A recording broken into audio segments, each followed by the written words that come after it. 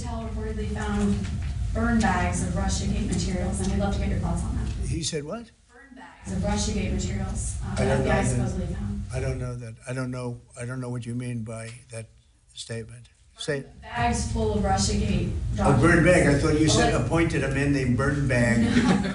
Go ahead. You got to speak up. Thousands of documents in these bags, supposedly burn bags at the FBI in the secret room.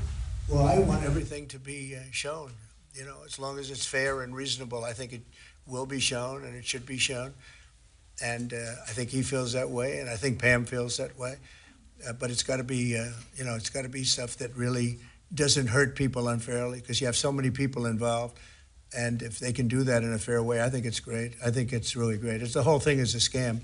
It's a scam set up by the Democrats, and they love talking about it. But I would like to see people exposed that might be bad, and we'll see how that all works out. But it's getting to be very old news. You know, if they had anything, they would have done it the week before the election, because they were losing by a lot. If they had anything, they would have done it. They controlled the file. The Democrats controlled it. Comey and all this, sleazebags, every one of them that you read about all the time. And I guess they've got some problems now having to do with yet a different scandal, very big one. But they control that file. So I would think that if they would have had something in the file, they would have released it about a week before the election, maybe 2 weeks, right, Brian? So that was Donald Trump getting asked a question about a personal favorite topic of his, Russiagate, and getting confused about what words mean, and instead delving into a response about Epstein. Now, I'm not saying that he's got a guilty conscience, but yeah, no, that's exactly what I'm saying. By the way, if you were confused at where Donald Trump decides, apropos of nothing, that this question is about Epstein and not Russiagate, you wouldn't be the only one. It's a scam set up by the Democrats, and they love talking about it. But I would like to see people exposed that might be bad. But since Trump is so hell-bent on talking about Epstein for some reason, let's look at the claim that he's trying to make here, that it's a scam by the Democrats. And we've heard this before. This whole thing was cooked up by Joe Biden and Barack Obama and Comer and Brennan and the whole other band of angry Democrats. Okay, let's humor him here and take it as true. If they cooked up a file to destroy Trump, why didn't they release it? Why go through the trouble of putting it together only to keep it under wraps and then just hand it off to Pam Bondi when she took over the DOJ? Generally, when you plot a takedown of someone, you remember to take them down. And then, of course, Trump seems to undermine his own point by then saying if the Democrats had anything, they would have released it. And I actually want to talk about this point. If the Democrats had anything damaging on Trump, why wouldn't they release it? And the answer here is simple. The Democrats didn't have anything. The DOJ had the Epstein files. And I'm old enough to remember way back when presidents didn't instruct their DOJs on what to do. In fact, any correspondence between a president and their attorney general was enough of a scandal to warrant months of hand-wringing and coverage.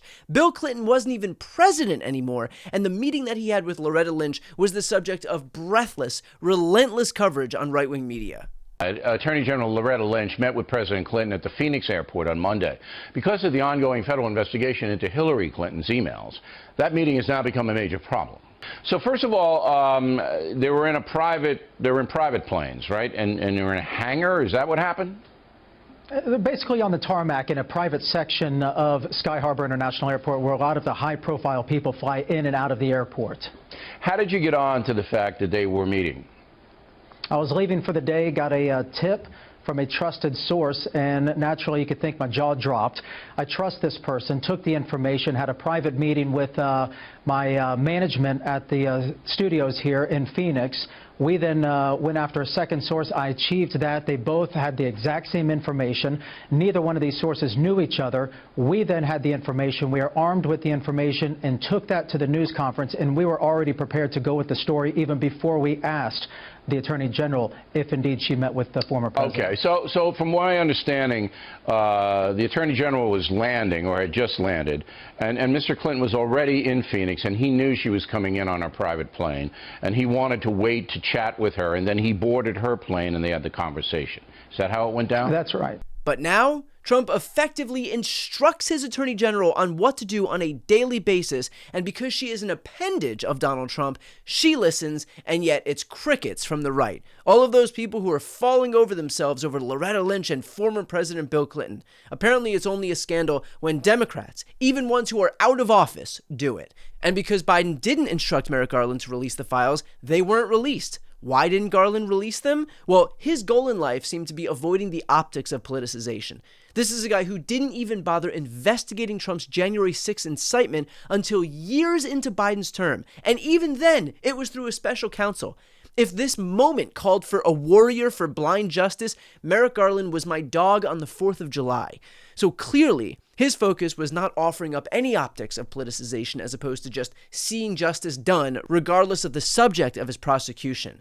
In fact, I spoke with Jamie Raskin about this point. Here's what he had to say. Up until Donald Trump, everybody tried to respect the independence and the integrity of the Department of Justice. Up Right. until Donald Trump, nobody was telling the Department of Justice what to do.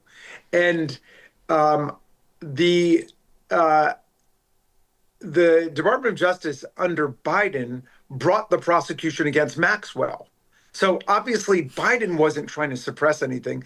The GOP stories today make no sense. They're totally conflicting. They're saying on the one hand, Biden and Obama made all of this stuff up about Donald Trump, but then they never released it. Why did they make it up if they Right. never released it? Right. And then they say to us after Donald Trump campaigns on this, that there's all this stuff in there that he knows about. And he should know, considering he was Epstein's best friend for more than a decade, that it all should be released. After they're campaigning on it, we say, fine, let's go ahead and release it. You seem to know there's all this stuff in there. And then all they say, no, why didn't you release it? I mean, it makes no sense what they're saying. They're just pointing fingers in 100 different directions. So while I certainly have my issues with the cautious nature of Merrick Garland, the reality is that Garland isn't in the DOJ right now. Pam Bondi is. I don't know why Garland didn't release the files, but I certainly know why Bondi won't. And that's because when it comes to seeking accountability for pedophiles and their friends and justice for the victims, that takes a backseat to ensuring that Donald Trump is taken care of first. Before you go, if you enjoyed this content and you want to see more and support independent media, please subscribe to this channel. The subscribe button will be right here on the screen. But second, the reality is that we are now in a political environment where this administration can lean on any of the social media platforms to suppress certain voices if they don't like critical coverage. That means my longevity here is in the hands of a few tech billionaires who are already making it clear that they are willing to cater to this administration. To that end, signing up for my newsletter is a way for me to reach you directly if that ever becomes necessary. I'll put the link right here on the screen as well, so please sign up. It's free, but there's also an option to do a paid subscription if you'd like to support me and my team. I really appreciate it. Thanks so much for watching.